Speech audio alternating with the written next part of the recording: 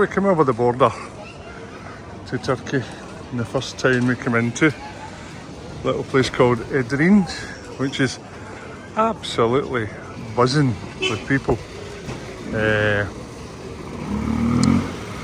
Got ourselves all sorted for SIM cards and money in the HGS, which is a toll that you have to pay for all the roads.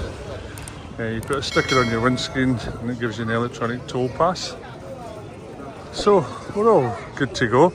We found a car park here that we can stay overnight for the grand sum of £7.48, which is 250 Turkish lira. And we've just eaten dinner for another grand sum of 500 Turkish lira, which is about £14.50. So yeah, so far so good. Check this place out.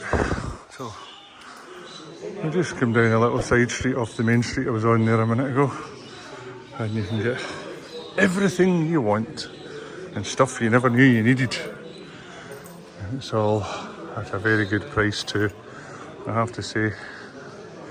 I mean, when was the last time you thought, do you know what, I'll just nip out and buy a drum or a mandolin? Fantastic. So Edirne is actually situated about 7 kilometres from Greece and 20 kilometres from Bulgaria. It's got this beautiful mosque in it. It was actually known as Adrianople or Hadrianopolis in its day as well. And the place is just buzzing. It's just a buzzing little town. Second largest city in Greece, back when Constantinople was in Istanbul. But yeah, it's been a real surprise because we weren't planning on stopping here, so really worth popping in. The other mosque, you can just see the minaret. We'll show you that next, because that's the main place. So this is another mosque in the city of Edirne. That's not the big one either. This is the big one. As always, there's scaffolding up.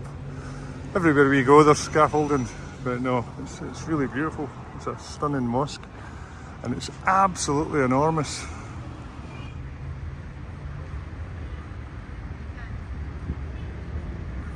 So yeah, this town's been a real surprise. Population of about 180,000, which is about the same as Halifax in the UK, I think. But yeah, a real surprise. Buzzing little place. And the sun's just setting.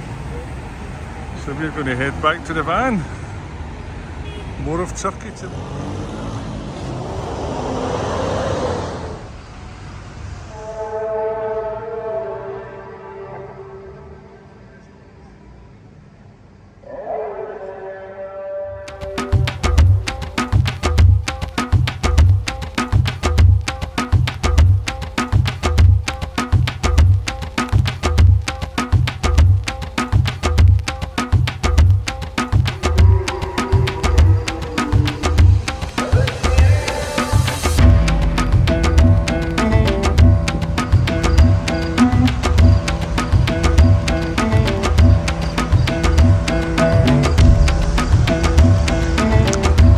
They built the mosques.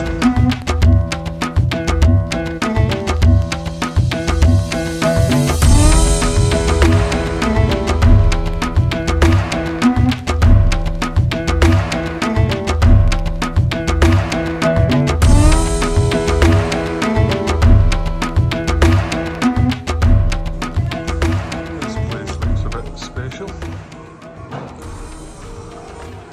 and it looks like it's very, very old.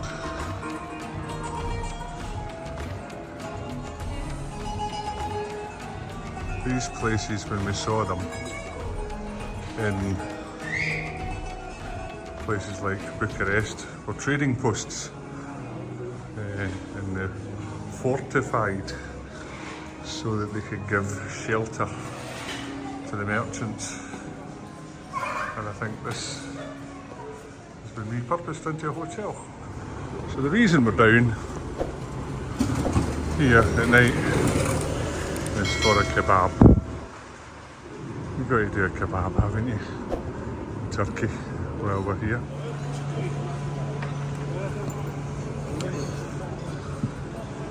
Edirne is actually famous for its fried liver, believe it or not. It's one of the local delicacies. And yeah, it's a busy little place. So, kebab acquired. Look what you get. 2 whites, some salt, 2 toothpicks, 2 For some reason, everybody gives you a chilli with everything you eat so far in Turkey. So, I'm sure the proof's in the pudding. It was £4. And it looked like a very nice kebab shop. Now that I've unwrapped it, time to see what all the fuss is about. To be honest, it's a little bit cold. And there's not a lot of sauce in there. A little bit bland. I'm very disappointed. Welcome to Gallipoli. We are on day 2 of Turkey. Instead of taking the traditional route straight to Istanbul, we have headed to Gallipoli from Edirne, which is straight south onto the peninsula. I'll show you on the map. And yeah, so Gallipoli was responsible for forming Australia and New Zealand in 1915. There was a massive war here, and the Australians and the New Zealanders actually fought, feeling that they were more British than New Zealand or Australian, because Australia was such a new country. And it's sort of after they went home, they realised that Australia and New Zealand were independent countries and no longer sort of succumbed to the nonsense from the British. But yeah, it's thousands and thousands of pilgrimages are made here every year by Australian and New Zealand ex-servicemen and their families. This is Perry Rees, who in 1470 had mapped out most of Europe in Great Britain. He even helped with the mapping of America in 1515. Massive sailor for the Ottoman Empire. Quite a clever chappie. You need a lawyer, an estate agent, a cleaner, furniture maker, anything. It's in this building.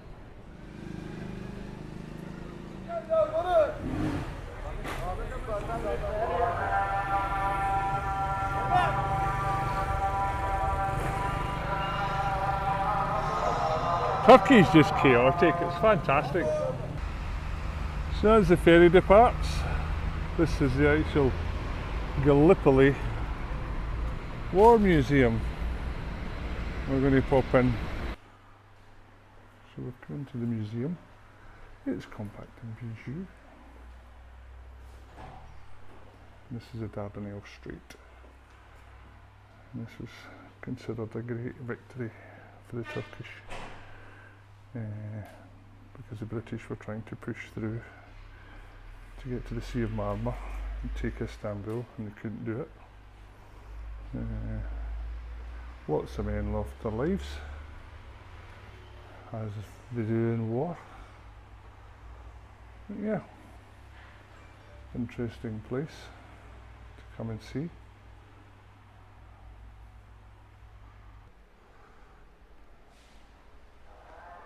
There's lots of New Zealand and Australian soldiers' families, as I mentioned earlier on, come along every year for Anzac Day. So yeah, that was an interesting little visit for the princely sum of 9p per visit. Can't really complain at the price, but yeah, interesting to see.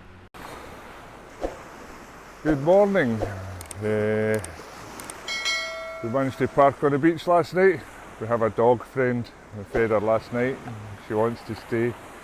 She's been guarding the truck all night, but